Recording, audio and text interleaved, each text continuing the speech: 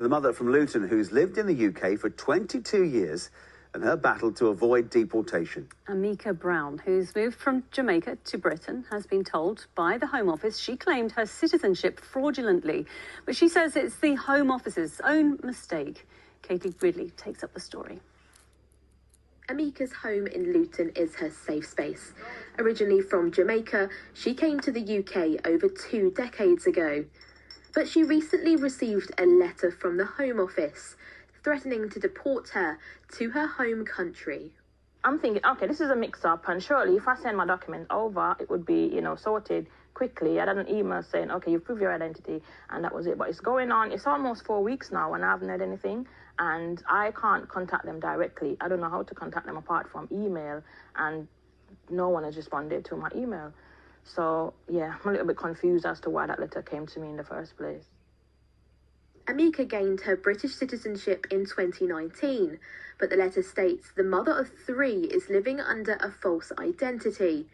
Amika claims it's a mistake, and the Home Office have her date of birth and her surname wrong. Sometimes I can't sleep, sometimes I'm at work, I can't work. The waiting is the hardest bit because, like I said, I'm happy for an investigation. I'm not worried about an investigation whatsoever. They've got to do their job. So can you imagine how stressful that is? I'm at work and I'm, checking my emails.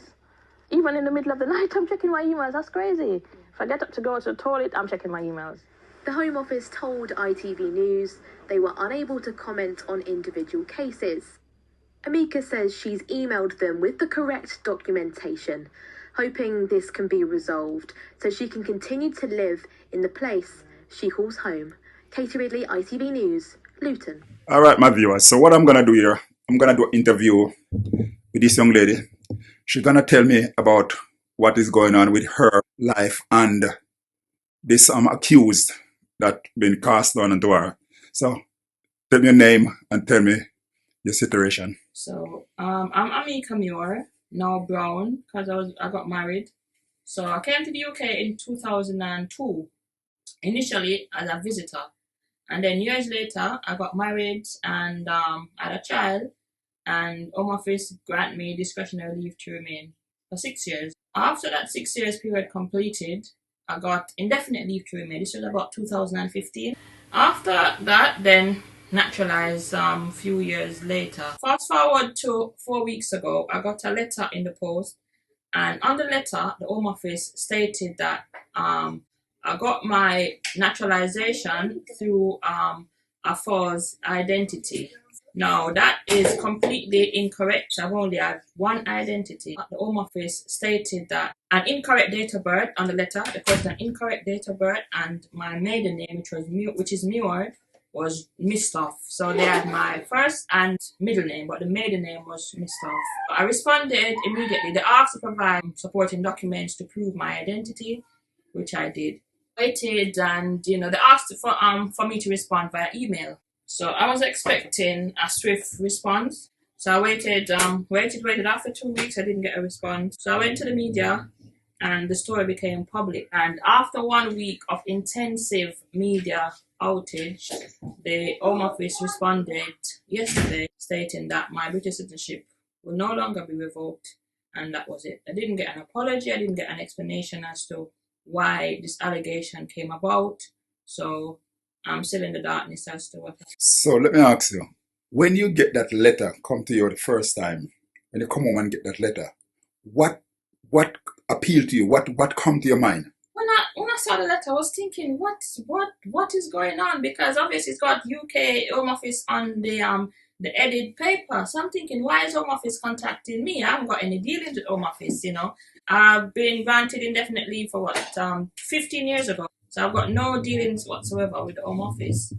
So I read the letter, and after reading, I realized it was stating that my identity was false. And I'm thinking, where did this come from? Because like I said, the letter didn't give me any kind of, idea as to why they said I'm somebody else. Mm-hmm. So, yeah, I was surprised. But I thought that if I had responded quickly, I'd have gotten an email probably the following day or 2 days after to say, okay, but no. Okay, so what did you do? So what I did after I waited 2 weeks, didn't get a response. So I contacted the media. I said, listen, this story, I'm going to make this story public because I've been told by my solicitor that this is quite common and a lot of people do get these kind of letters. So I wanted to like bring awareness to say this is what's been happening at the Home Office.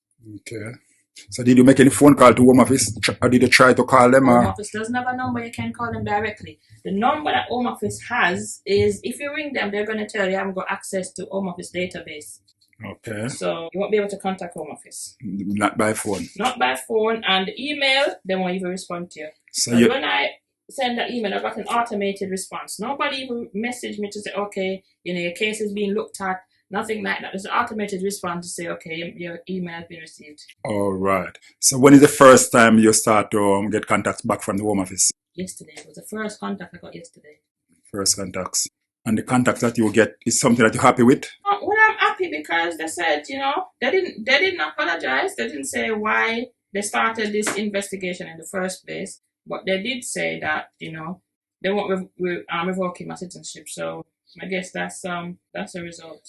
So are you intend to take this any further from here, or are you going to just leave it as it is? Well, I'm going to follow up with the Home Office to find out, what caused this. And, if it can happen again in the future. Because, like I said, I don't know what triggered this. And if it will be triggered again sometime another 5 years down the line or whatnot.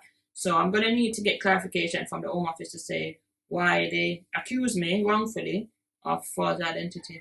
Okay. So now you come through this now where you're clear.